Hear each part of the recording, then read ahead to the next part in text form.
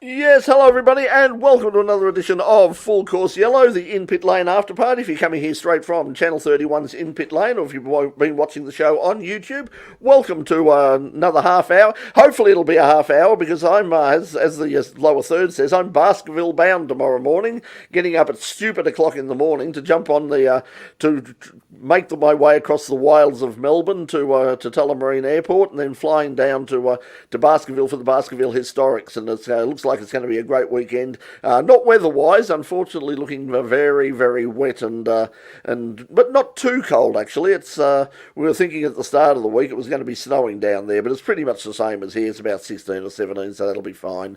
But looking forward to catching up with some local identities down in Tasmania and checking out some cars that perhaps we don't normally see at meetings here on the mainland. So that's coming up, and that's a special episode of In Pit Lane that's coming up on November the 3rd, but we'll also have news in this week's coming program, where our special guest will be joining us from the Victorian Sportsland Championship, and so we'll have more of that a little bit later on in the week.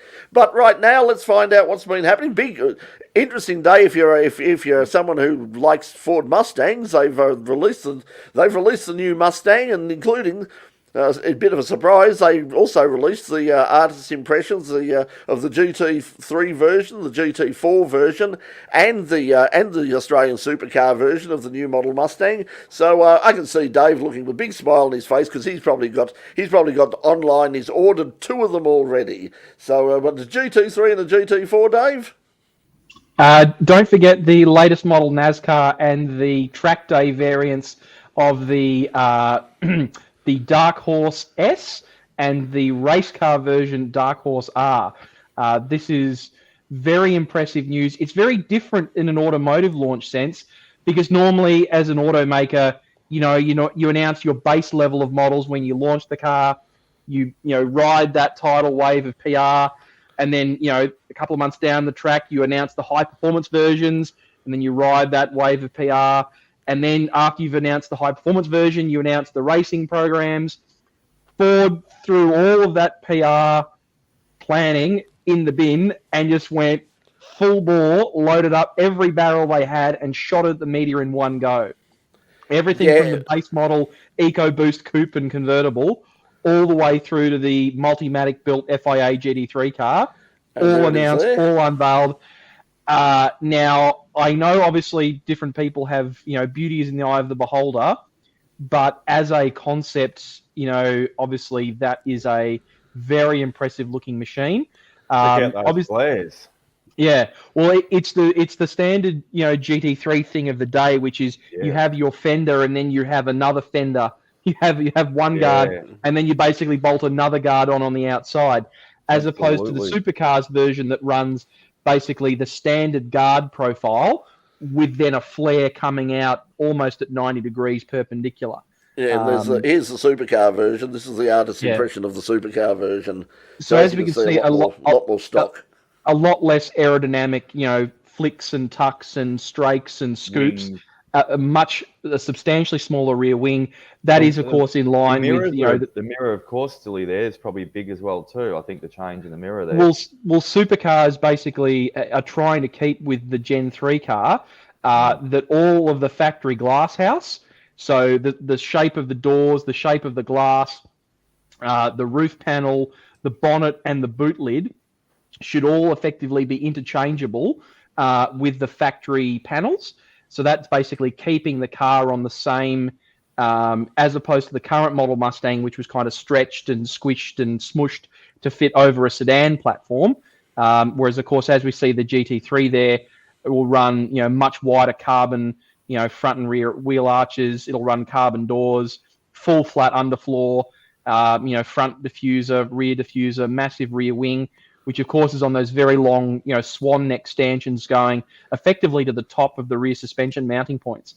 So Yeah, it's that's interesting. And I've even seen a couple of sports sedans run that sort of arrangement here. But what if you have a look at that? If you have a look at the aerodynamics of that, I mean, what makes a wing work is actually the underside of the wing, not the top of it. And with that yeah. swan neck wing mounting and that layout that they've got there, that's a lovely clean passageway of air going underneath that wing. So But you can also see Brought to you by the Brett Ramsey Wind Tunnel of Australia Proprietary Limited, LMCT 3.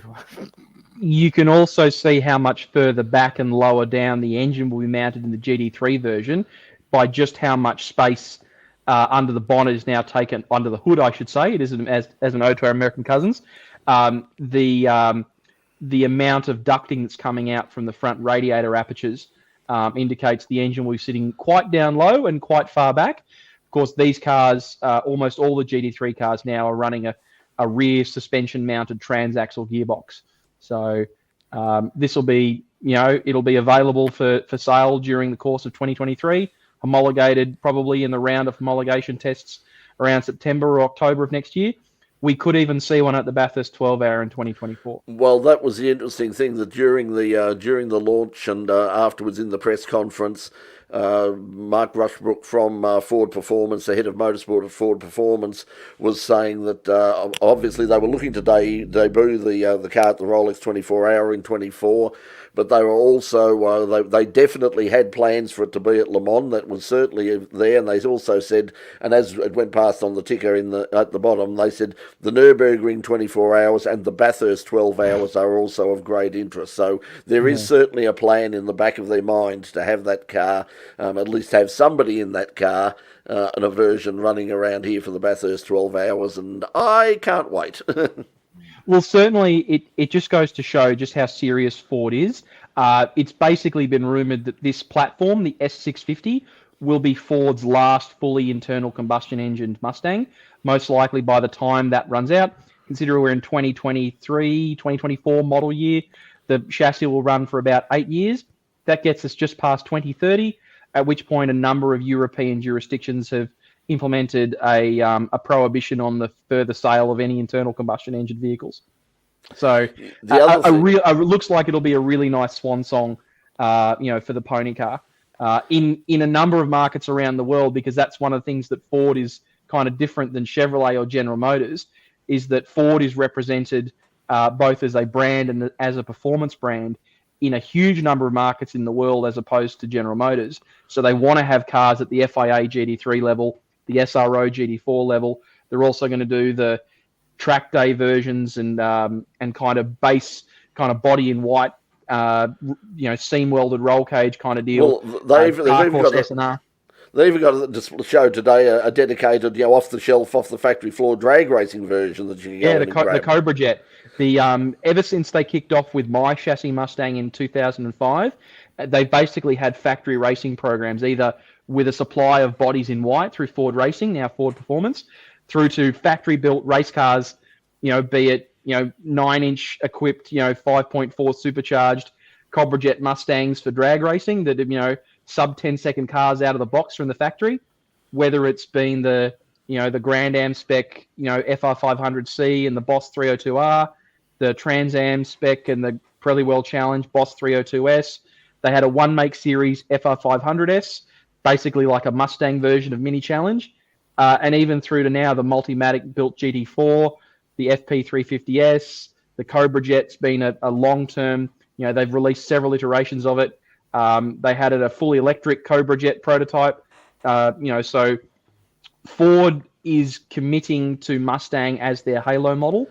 And not only that, they're committing to it in a wide variety of racing environments. Obviously, they recognise that in the Australian, New Zealand market, the top of that pyramid is supercars.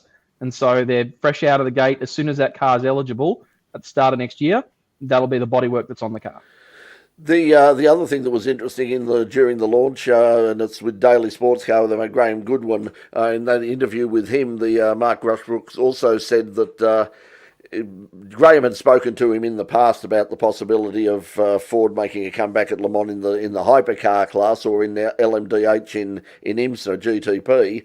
At the start of the year, or sort of this time last year, the answer was definitely no. It's not something we're interested in. When he spoke about it today, the quote was something along the lines of, "It's something that we're having a look at now."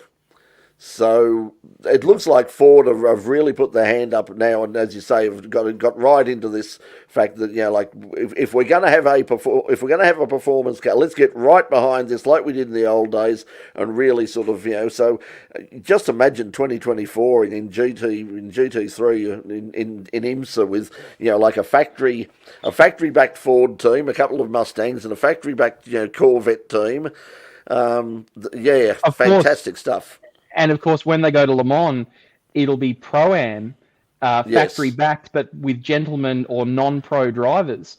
That's certainly a big thing I'll be looking for. And of course, Nürburgring. I mean, what a repeat of 1939 through 1944 when the Americans come over and beat the Germans on home soil. Wouldn't that be something to celebrate? Well, that's it, and we also said before we move on, speaking about GTS and other things, let's say hello to have the roll call. Russell Clark joining us once again. G'day, Russell. Box is back with us again. Evening to Box. Tony P.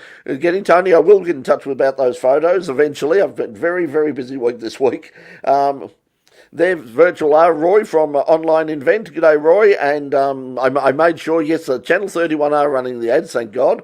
So thank you, Channel 31, and thank you to Online Invent for their support of In Pit Lane. Thank you to Mad Cow Mark as well for his support. Great support at Patreon, and we thank you, Mark, for that as well. And Mad Cow is saying in her first comment of the night, why call them a pony car when they're named after a plane? Well, Ford has done special editions in the past, particularly for charity. They've done P51 Mustang editions. But yes, I'm looking forward to the proper Mustang P51 tribute edition, where they put a Rolls-Royce V12 in the front of it. That'd be something. No, that would be fun. Anyway. Yeah, so let's talk about, we got on to GT3. Now, coming up this weekend at Sandown, if you watch the program, we were talking about the production cars that are running this weekend with Troy Williams. And thank you to Troy for coming down. He flew down early from Queensland so he could be on the program and talk about the production cars this weekend. And as he said on the program, 2 half-hour races and now 1 1-hour race on Sunday morning as well. So that's a bit more interest there for the drivers involved. Well, when we were talking to him, Brett, he said that he, because I put the question to him, because they've got the Bend and they've got Mount Panorama for the 2 remaining races after this weekend at Sandown, and they've changed the format 3 or 4 times in the last 5 years, and it's from endurance to a few of the short, sharp half an hour ones. But he said at the show a lot tonight, if you're watching, guys, or you're listening on the podcast now in the future, that the drivers seem to are drawn towards the longer races, the endurance ones they prefer. Yeah, I think that's part of. They can share the car. I think it's also a better race. I mean, from my point of view, a sprint race for production cars is a bit average, but a long distance race, as we've seen, we've had some really exciting 6-hour races at Bathurst, and that's obviously their premier race of the year. But the fact that they got 32 cars coming up this weekend was spectacular. 33 cars coming up. On the other end of the scale, was very disappointed. Got the press release from our mate Grant Rowley at ARG and the Super Series for the Australian GT World Challenge GT Australia, acclaimed children's book writer Grant, acclaimed children's book writer, and.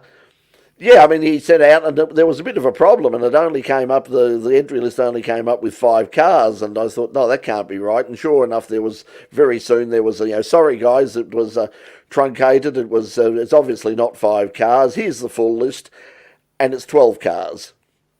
Now, what is going on with GT3? As we've seen today, GT3 is just absolutely huge all over the world. Big fields in most series around the world.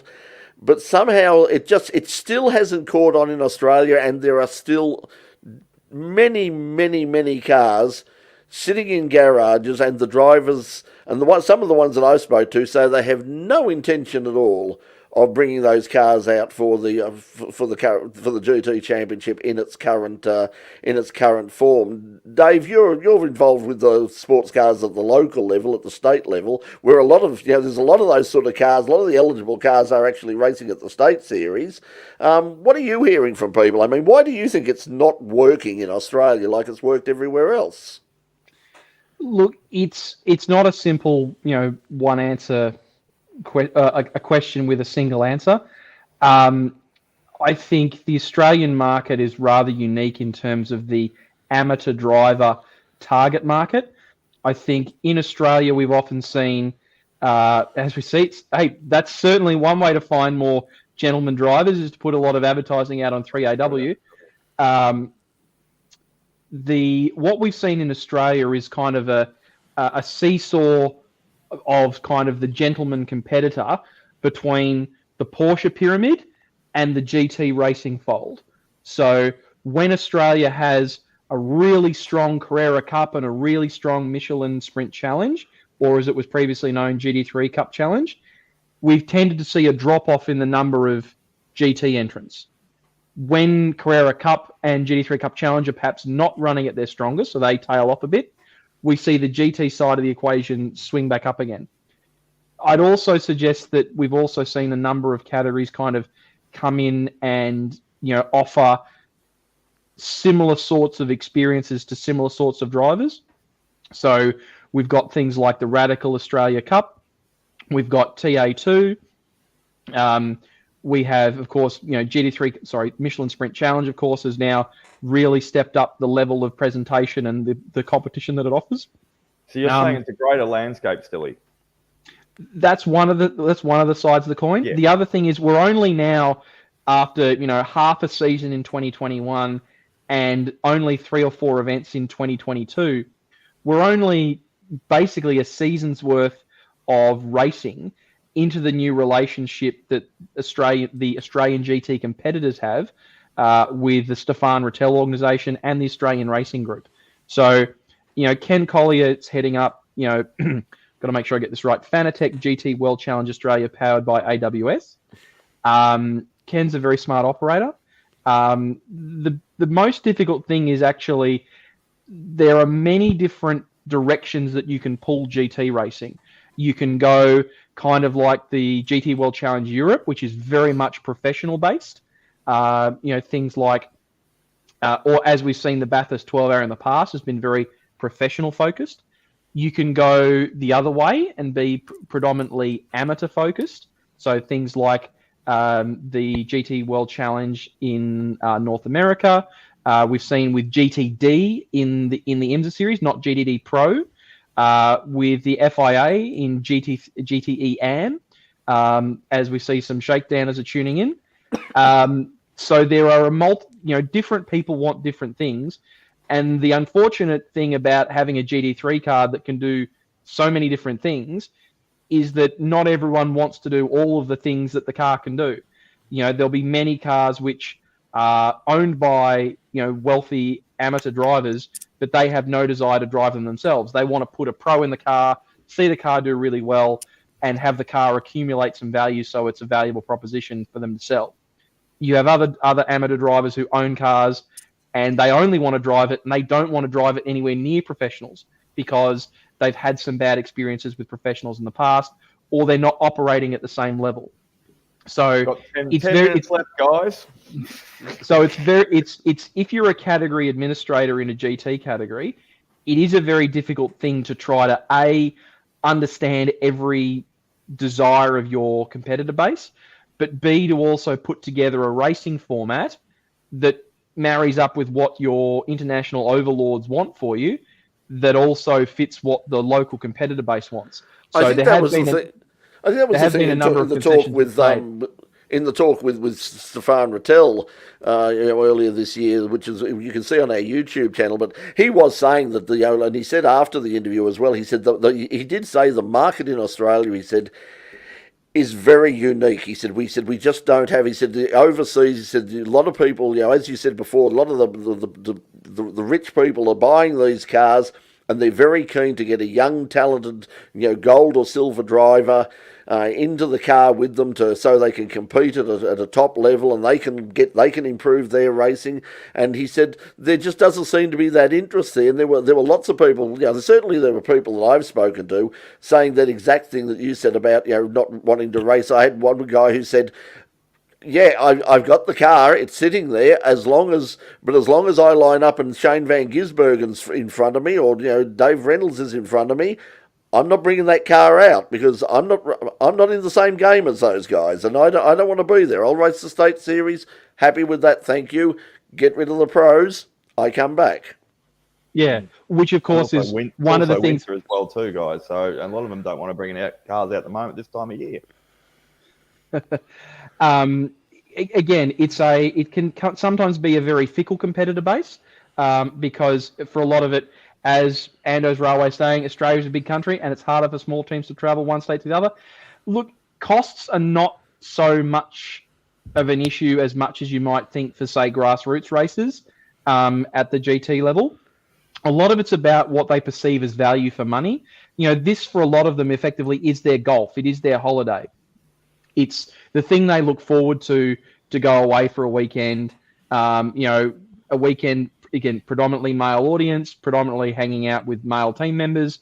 It's a weekend with the boys. It can be, if they're not enjoying everything about it, they're like, I could spend, 30 or 40 grand for a weekend doing something else. I'll put, several thousand gallons of fuel into the boat and take the boat for a week's trip around the Whitsundays or something. You're dealing with a very different level of competitor and business person in terms of what other activities have demands on their time. Well, it would be really good to have sort of, I know that there are people who say, I hear Richard Craill say this all the time, it only takes two cars to make a race. Yeah, that's in drag racing. For circuit racing, no, it needs a few more, and I'd really love to see GT3, and GT4. That was the other thing we spoke about, the fact that GT4 really hadn't taken off in the way that I thought it would take off, because if you want to do the Bathurst, if you've got that sort of money, and you want to almost be guaranteed a podium finish at Bathurst, get into GT4, because there's only, I think last year there was only about 4 cars started. There'll probably be a few more this year, of course, or next year, but yeah, GT4 I think is a category with lots of potential. But anyway, let's move off of that for a moment because we are running out of time, and let's move on to, I see Peter Johnson has joined us, our resident Formula One tragic, not floor manager in pit lane, currently our auto queue operator. So and he seems to have been looking at his picture now. He's absolutely frozen. So I don't know. Can you hear us, Pete? I can. Yes. Yep. And just I heard on backstage. He did that without moving his lips. Yes. Can you hear me? Yeah, we can hear you. Say bottle of beer, bottle of beer, bottle of beer. I heard the conversation before about why is the Mustang named a pony car. In America, I think I did an assignment on car names once, and in America, what we call Brumbies are called Mustangs. Yeah, and that's why it's named the pony car.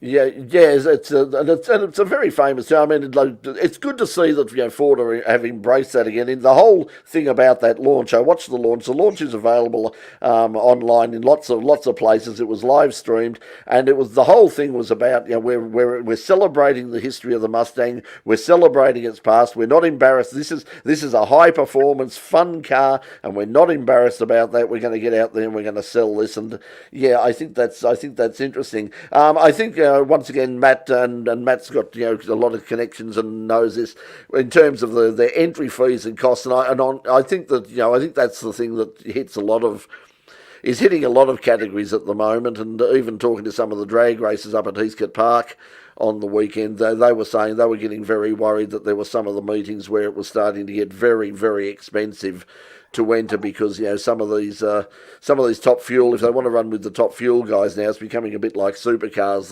The entry fees for them is going up and up and up, because hey, you're getting television on Channel 7, or you're getting streaming on whatever. and somebody's got to pay for that, and it's being all added onto their entry fees, and people are now looking and saying, well, there's only so many things I can do, and if you've got a car, I suppose, and you can say, well, I could possibly run at the Bathurst 12 hour, but that's going to be it. Well, what would you rather do? Like run around in a whole bunch of shorter races at Sandown and Winton and Phillip Island and the whole place, or would you rather, albeit at the back of the field, run around at Mount Panorama with some of the best drivers and cars in the world? I know which one I'd be picking, but anyway. Just on your ticker down the bottom there too, Brett, Ryan Hansford also needs a little spot too. You've got Bowie for 300, but you haven't put Ryan down. Yeah, Ryan is starting 100 Exactly. starts in Touring Car Masters, but congratulations to our mate John Bow for 300 there. John posed when I put the photo of the GT3, the Mustang online. I said he commented on it, and I said this would be like Shell, if you're watching, that car in the Shell DJR livery with John Bow, and as he said, both Stephen and Jet Johnson running at the Bathurst 12 hour. I mean, it's marketing gold, guys. Make it happen, okay? And it would be interesting to double check the FIA driver categorizations for those three drivers, because I'd have a suspicion that they wouldn't classify as a pro lineup. I think they'd be Pro-Am or at very least Silver Cup.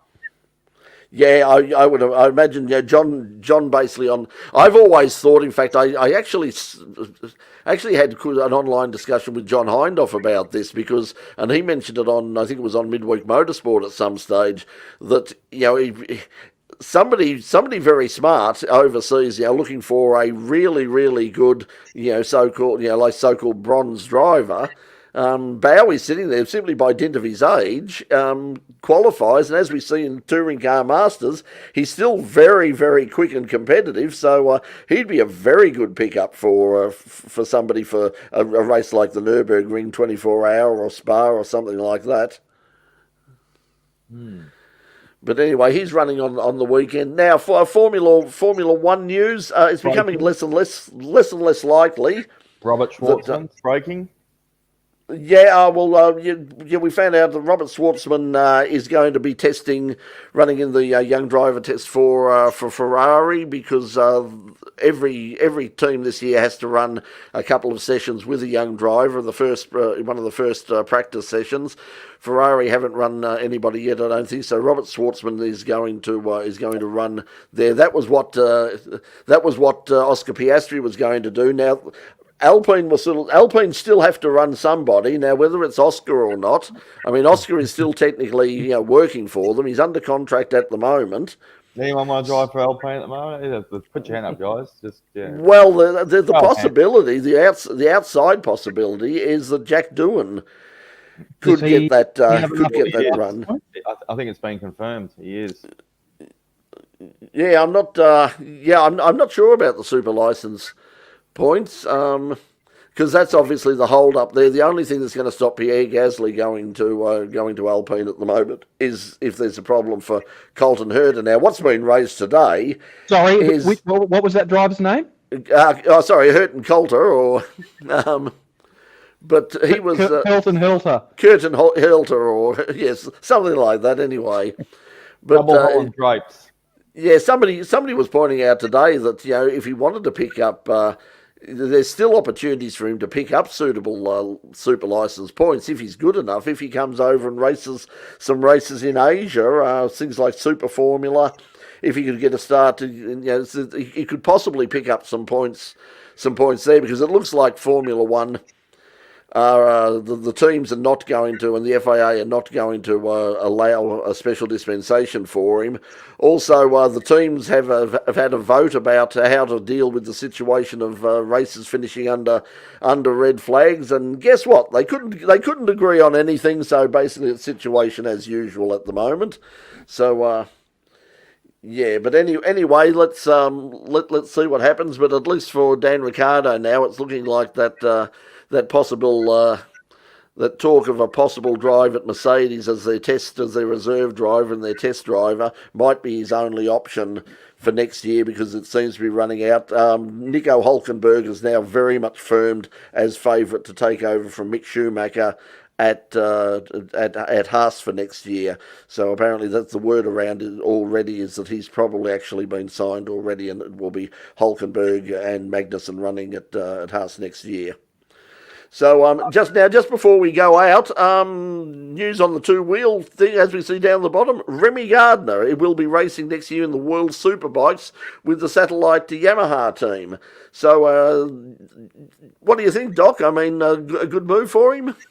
Yeah, look, he was obviously backed into a corner at MotoGP level at the moment, and a bit of public fighting was quoted by all parties, including his manager, his dad. He had a little bit to say about being unprofessional himself too, and said he wasn't, and the team would. And this is all while he's still racing there, so a bit like a Formula One circus regarding the different, who said, he said, she said, do this, do that. So look, at the end of the day, all the parties weren't happy, so a mutual agreement that they were going to part at the end of the season seemed appropriate, and a bit like any top tier racing in the world, whether you're frisbee throwing or you're basically driving a car or a bike on two wheels, you're going to get stuck with limited positions at this time of year when the silly season's almost over. And it's hard to believe when we've just gone past the halfway mark of professional motorsport. So yeah, he's going to switch across to World Superbike next year with a not a factory Yamaha team, but the GT team, and that's good news. Not breaking, but Marc Marquez is back at Aragon this week. Have you got that down in your ticker as well too, Brett? I don't know. Yeah, I haven't got Marc, but Joan Mir is also back this week. Now they've got a really interesting run because they've got 3 races in a row coming up. They certainly have. So yeah, it'd be great to see Marc Marquez and how he goes. So he's been testing. He did the full test at I think it was at Mazzano was the last test at a week ago. He did the full 2 days, and he come up trumps, come up all spades. So good luck to him this weekend. And yeah, I think the guys are probably settling down across the whole field. There's not much news coming out at the moment. They all know where they're going to be next year, whether it be on the grid or what bike, wherever it is. Unfortunately, Suzuki has had to remind everyone again are going to be leaving, but the Suzuka 8 Hours coming up very soon as well too. So the 4 Japanese manufacturers the jibes are already starting between those. So that'll be a lot of fun to watch the Suzuka 8 Hour. It's always bragging rights, one of those titles that everyone wants to win each year. Yeah, one of the big races, one of the big motorcycle races in the world, and a very famous race. And you get a lot of the MotoGP guys do go back and race that as well. So it's one place where you can get the MotoGP stars and the Superbike stars, the World Superbike stars, plus all of the top people from the Japanese series, and a lot of Australian guys go over from the US and British series. So it really is sort of a festival of the best riders in the world, all coming together to race at that particular that event. So yeah, that's coming up very soon. Okay, let's call it quits there. As I said, I've got to jump up in the morning and head to Baskerville. Now, keep watching the In Pit Lane Facebook page over the weekend. Don't know whether we're going to be able to do anything live from the track. Certainly taking down some of the gear to do something live if we get an opportunity, because there's only the 2 of us going down there, myself and Jason, and if we can find some time, and if we've got a good signal coming out of Baskerville, then we will try and do something live, a bit of a pit walk like we've done at a couple of other tracks, like at Sandown for the historics. We will try and do that sometime on Saturday probably, and perhaps even a little bit of stuff tomorrow afternoon once we settle in, just to give it a try. So, but if you follow us on the Facebook page, then if we do go live, you'll get the notification, and you'll be able to tune in and have a look at what's going on down there, because it's going to be a big weekend. Of course, racing at Sandown, racing up at Winton. Once again, the poor marshals are just over. Racing at the Bend. There's a big historic meeting at the Bend happening as well. So it's absolute chaos Formula this week. Ford at the Bend as well. National Formula Ford running at the Bend. Also coming up at Winton very soon. They're all open wheel meeting, and they've got. I was talking to talking to some of the Formula, to Bill Hemming about the Formula 5000s, and apparently there's about 15 Formula 5000s entered for the Rose City 10,000 Revival event happening at the Open Wheel Formula Festival up at Winton. So that's going to be, and they were hoping for perhaps up to 18 or 19 cars for historic Sandown this year. A lot of people coming out, and one of the competitors racing in Josh Buchan, the TCR driver, is going to run the ex John Goss Australian Grand Prix winning Matic A52. He's going to be running that in a couple of races coming up soon, so that'll be fun to watch as well. A talented young driver behind the wheel of one of those classic Formula 5000s. Okay, that's all we've got time for. Remember, In Pit Lane coming up next Thursday night. Johnny Bolito will be joining us. He's currently leading the Victorian Sports Sedan Championship. We'll also have music. Brian Peters is joining us as well to have a bit of a sing for us, and of course we'll have some stuff for all the news, plus a little bit of footage, hopefully from Baskerville as well. That's 9:30 next Thursday night when Online Invent presents In Pit Lane on Channel 31 Melbourne and the In Pit Lane YouTube channel, or you can flick over to the Facebook page at 9 o'clock on Tuesday night and watch the chaos as we record it live. So until we see you next week, from all of us here at Full Course Yellow, thanks for joining us. We'll see you all next week, and from all of us here, it's bye for now. See you next week, everyone. Bye. Have a great weekend in Tassie.